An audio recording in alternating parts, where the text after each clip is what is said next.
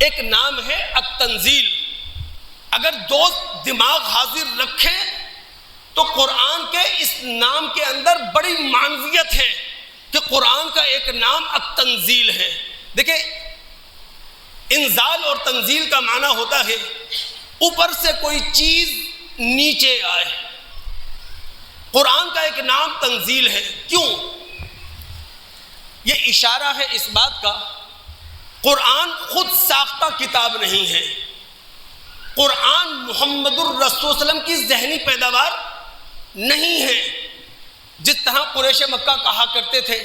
دیکھیں مادی دنیا کے اندر کسی چیز کی حقیقت کی پردہ کشائی ہم خود کرتے ہیں, نقاب کشائی ہم خود کرتے ہیں جسے ہم کہتے ہیں ڈسکوری. لیکن وحی کی حقیقت ہم اس کو بے نقاب نہیں کرتے, بلکہ وحی اپنی حقیقت کو نیچے اتر کر خود بے نقاب کرتی ہے, ریویل کرتی ہے, منکشف کرتی ہے. کسی انسان کی یہ مجال نہیں ہے, کسی انسان کی یہ شان نہیں ہے. وہ زمین سے اٹھے گا, بلند ہوگا, اوپر جائے گا اور وحی کی حقیقت سے پردہ کشائی کرے گا, نقاب کشائی کرے گا. نہیں, وہی ہمیشہ اللہ رب العالمین کا کلام ہمیشہ اوپر سے نیچے آئے گا اور خود اپنے آپ کو بے نقاب کرے گا. اس لیے قرآن کا ایک نام التنزیل ہے. یہ محمد الرسول کا بنایا ہوا قرآن نہیں ہے, یہ نبی علیہ السلام کا گھڑا ہوا قرآن نہیں ہے. اور دوستو قرآن کا اگر ایک نام التنزیل ہے تو اس میں ایک اور مفہوم پوشیدہ ہے. قرآن نازل ہوا ہے بڑے اہتمام کے ساتھ. یعنی ہمارے خالق نے, ہمارے مالک نے جب قرآن اتارنے کا ارادہ کیا تو بڑے اہتمام کے ساتھ اتارا ہے. اہتمام کیا تھا؟ رب العالمین نے آسمان میں پہرے بٹھا دیے تھے. جب نبی علیہ السلام کا انتخاب ہوا, قرآن ان پر نازل ہوگا, قرآن کی تنزیل ان پر ہوگی, تو نبی علیہ السلام کے گردا گرد فرشتوں کی فوج کا پہرا لگا دیا تھا. یہ سب قرآن کے اندر موجود ہے. سورہ جن کا مطالعہ کیجئے گا آپ. تو اللہ رب العالمین نے جو قرآن نازل کیا ہے بڑے اہتمام کے ساتھ نازل کیا ہے, اس لیے قرآن کا نام تنزیل ہے. اب یہ قرآن جو نازل ہوا نا دوست, کس ہستی کی طرف سے نازل ہوا یہ سمجھنے والی بات ہے. اب اگر خالق سے ہمیں عقیدت ہے, اگر خالق سے ہمیں محبت ہے, خالق سے ہمیں پیار ہے, اپنے خالق سے ہمیں الفت ہے, اگر ہم اپنے خالق کے قریب ہیں, اگر ہم اپنے خالق کے قریب ہونا چاہتے ہیں تو سنیں آپ کس ہستی کی طرف سے یہ قرآن نازل ہوا. سورہ مومن, سورہ غافر, اس کی ابتدائی آیت کا ہم مطالعہ کر رہے ہیں. رب العالمین فرماتے ہیں تنزیل الکتاب من اللہ. یہ قرآن اللہ کی طرف سے نازل ہوا. کون اللہ؟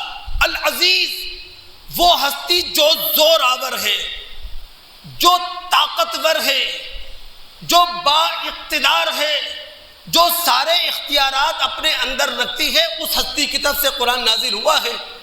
العلیم, اس ہستی کی طرف سے قرآن نازل ہوا جو سرچشمہ علم ہے.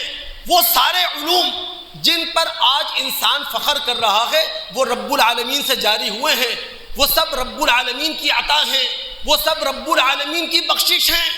غافر الذنب, اس ہستی کی طرف سے قرآن نازل ہوا ہے جو گناہوں کو معاف کرنے والا ہے, گناہوں پر پردہ ڈالنے والا ہے, جو دن کے وقت بھی رات کے وقت بھی اپنے ہاتھ پھیلا دیتا ہے اور انسانوں سے محبت کا اظہار کرتے ہوئے کہتا ہے اے انسانوں, اے میرے بندو, اگر انسانی بنیادوں پر تم سے کوئی غلطی ہو گئی ہے, کوئی لغزش ہو گئی ہے, کوئی گناہ ہو گیا ہے تو تمہارا خالق, تمہارا مالک معاف کرنے کے لیے تیار ہے. وقابل التوب, اس ہستی کی طرف سے نازل ہوا ہے جو توبہ قبول کرنے والی ہے, جو تمہارے اعتراف گناہ کی قدر کرتی ہے, جو تمہارے آنسوؤں کی قدر کرتی ہے. اس ہستی کی طرف سے نازل ہوا ہے شدید العقاب, جو سخت پکڑ لینے والا ہے. یعنی وہ لوگ جو قرآن کی طرف متوجہ نہیں ہوتے, وہ لوگ جو قرآن کی طرف رغبت نہیں رکھتے, وہ لوگ جو قرآن کی پکار پر لبیک نہیں کہتے, جو ہمیشہ قرآن کو پیٹھ دکھاتے ہیں, جو ہمیشہ قرآن کا باغی بنے رہتے ہیں, ان کی پکڑ اللہ سخت کر لینے والا ہے۔ ذی الطول، اس ہستی کی طرف سے یہ قرآن نازل ہوا ہے جو بڑی فیاض ہے، جو بڑی غنی ہے، جو بے بہا دینے والی ہے، جو اپنے خزانے لٹانے والی ہے۔ اللہ کی قسم، اگر اس قرآن کے ساتھ ہمارا تعلق پڑھنے کا ہو، سمجھنے کا ہو، عمل کرنے کا ہو، تو یہ قرآن شفا ہے۔ سارے اخلاقی امراض ختم کر دے یہ قرآن، ساری روحانی کدورتیں ختم کر دے یہ قرآن۔ وہ نفاق جس نفاق نے پاکستانی معاشرے کو تباہ کر دیا ہے، میری زبان پر کچھ ہے اور میرا عمل کچھ ہے، منہ پہ کچھ ہوں، پیٹھ پیچھے کچھ ہوں، خدا کے گھر میں کچھ ہوں، خدا کے گھر سے باہر کچھ ہوں۔ یہ نفاق جس نے پاکستانی معاشرے کو ختم کر دیا ہے، اگر یہ نفاق ختم ہو سکتا ہے، قرآن سے ختم ہو سکتا ہے۔ قرآن دلوں کی شفا ہے دوستو۔ اگر ہم قرآن کے پڑھنے والے ہوں، قرآن کے سمجھنے والے ہوں، قرآن پر عمل کرنے والے ہوں، تو قرآن ہمارے لیے نور ہے دوست۔ پھر قرآن ایسی روشنی دے گا، ہمیں اپنا مستقبل تابناک دکھائی دے گا۔ ہم جہاں بھی ہوں گے، ہم جہاں دیدہ ہوں گے، دور رس اثرات رکھنے والے فیصلے کرنے والے ہوں گے۔ قرآن کے قریب تو آئیں دوستو۔ پورا پاکستانی معاشرہ دوستو ناراض نہ ہو، ہم سب کا تجربہ ہے، ہم سب کا مشاہدہ ہے۔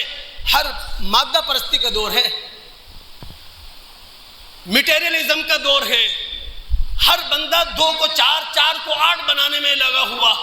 ٹھیلے والا بھی یہی کام کرتا ہے، میکینک بھی یہی کام کرتا ہے، پنچر لگانے والا بھی یہی کام کرتا ہے، 18ویں اور 20ویں 22ویں گریڈ کا آفیسر بھی یہی کام کر رہا ہے۔